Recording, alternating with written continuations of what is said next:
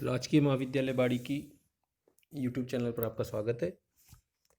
राजनीति विज्ञान की कक्षाओं के अंतर्गत आज हम सैद्धांतिक राजनीति के एक मुख्य महत्वपूर्ण मुद्दे पर बात कर रहे हैं, जिसे शक्ति पृथक्करण के सिद्धांत या theory of separation of powers के नाम से जाना जाता है। हम सभी जानते हैं कि स्वेच्छाचारी व्यवस्थाओं में शक्ति एक ही व्यक्ति के हाथों में केंद्रित हो जाती है। अतः शक्तियों के पृथक्करण से शक्तियों के नियंत्रण की व्यवस्था का उदय होता है और वैयक्तिक स्वतंत्रता की रक्षा हो सकती है। सरकार के कार्यों को साधारणतया 3 भागों में विभाजित किया जाता है: कानून बनाना, कानूनों को क्रियान्वित करना और न्याय करना। इन 3 कार्यों के लिए सरकार के 3 अंग होते हैं: विधायिका, कार्यपालिका एवं न्यायपालिका। व्यवस्थापिका कानून बनाती है, कार्यपालिका कानूनों को लागू करती है और न्यायपालिका कानूनों की व्याख्या करती है तथा न्याय करती है।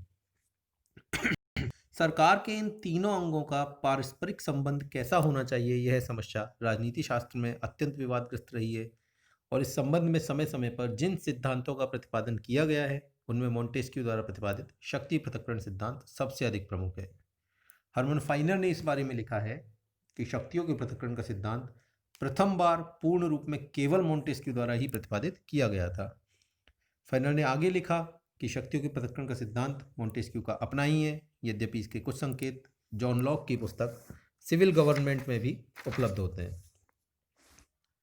यह सिद्धांत इस विचार पर आधारित है कि निरंकुश शक्तियों के मिल जाने से व्यक्ति भ्रष्ट हो जाते हैं और अपनी शक्तियों का दुरुपयोग करने लगते हैं।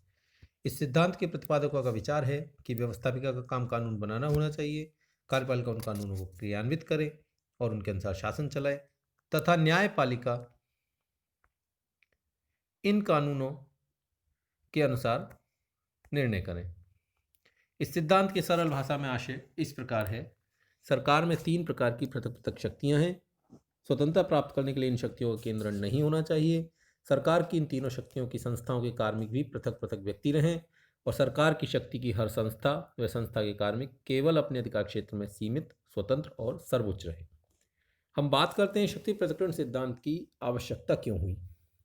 तो इस सिद्धांत की आवश्यकता के प्रमुख कारण इस प्रकार हैं: नागरिकों की स्वतंत्रता और अधिकारों की सुरक्षा के लिए, शक्ति की निरंकुशता एवं उसके दुरुपयोग को रोकने के लिए, शासन कार्य को सुगम एवं सुविधाजनक बनाने के लिए, शासन में विशिष्टीकरण एवं कुशलता लाने के लिए, शक्ति पृथक्करण से ही शासन के विभिन्न अंगों का उत्तरदायित्व सुनिश्चित होता है और शक्ति पृथक्करण से न्यायपालिका की स्वतंत्रता एवं निष्पक्षता बनी रहती है। मोंटेस्क्यू ने शक्ति पृथक्करण के सिद्धांत के बारे में क्या विचार दिए हैं, उन्होंने क्या बातें कही हैं, समझते हैं।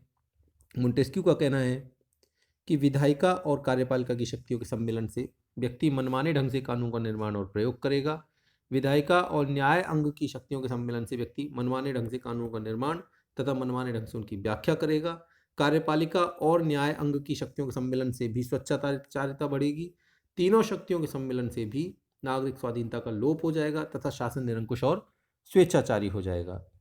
इससे मोंटेस्क्यू इस निष्कर्ष पर पहुंचा कि वैयक्तिक स्वतंत्रता और रक्षा के लिए शासन की समस्त शक्तियां एक व्यक्ति में केंद्रित न रहकर विभिन्न व्यक्तियों अथवा व्यक्ति समूहों में विभाजित हो जानी चाहिए।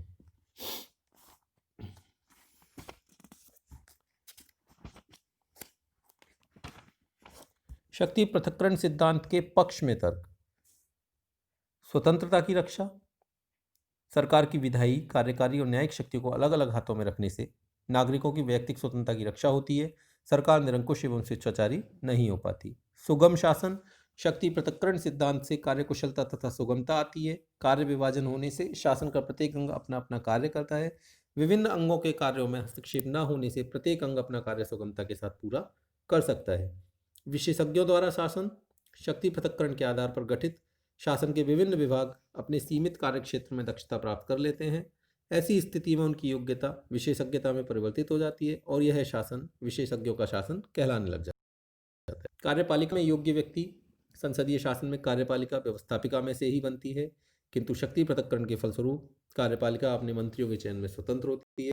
वह श्रेष्ठतम व्यक्तियों को मंत्री बनाने में स्वतंत्र होती है। अमेरिका में कार्यपालिका को ऐसी ही सुविधा उपलब्ध है।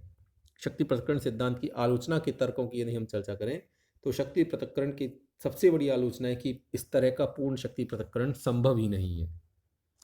इस सिद्धांत को अपनाने से शासन के अंगों में सहयोग और समन्वय की कमी हो जाती है। आलोचक यह भी तर्क देते हैं कि स्वतंत्रता की रक्षा के लिए शक्ति प्रकरण अनिवार्य नहीं है। लोक कल्याणकारी राज्य के लिए यह असुविधाजनक और अनुपयोगी है।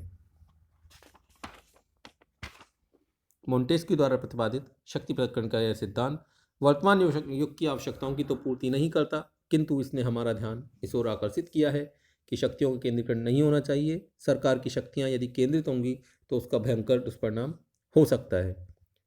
निष्कर्ष के रूप में न्यूमैन नामक विचारक ने लिखा है कि अत्यधिक पृथक्करण से तो उत्तरदायित्व नष्ट हो सकता है, कार्य की प्रगति रुक सकती है, सरकार ही नष्ट हो सकती है।